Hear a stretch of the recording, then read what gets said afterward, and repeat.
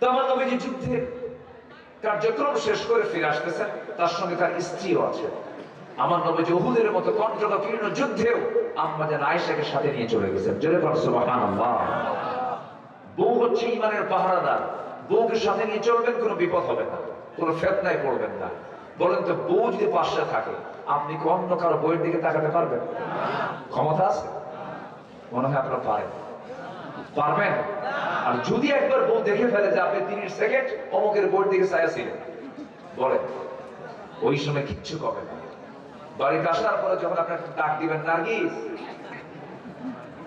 জুলেখা সুইটি, এক গ্লাস পানি দাও তো। তোমার জুলেখা সুইটি নার্গিস, তুমি সায়াতে পারেন দিকে কি ঠিক আছে কিনা বলেন? আপনার বাড়িটা জাহান্নাম হয়ে যাবে, টিকতে পারবেন না। বউকে কে না ভয় করে? যার সংসার আছে তার ভয়ও আছে, যার সংসার নেই সে বউকে ভয় করে। সংসার যদি কারো থাকে, বউ একটা সিরিয়াস জিনিস। বউকে না ভয় করলে কি সংসার হবে? এই বউ ভয় করেন না, বউ ভয় করেন না। জোরে জোরে হ্যাঁ হ্যাঁ।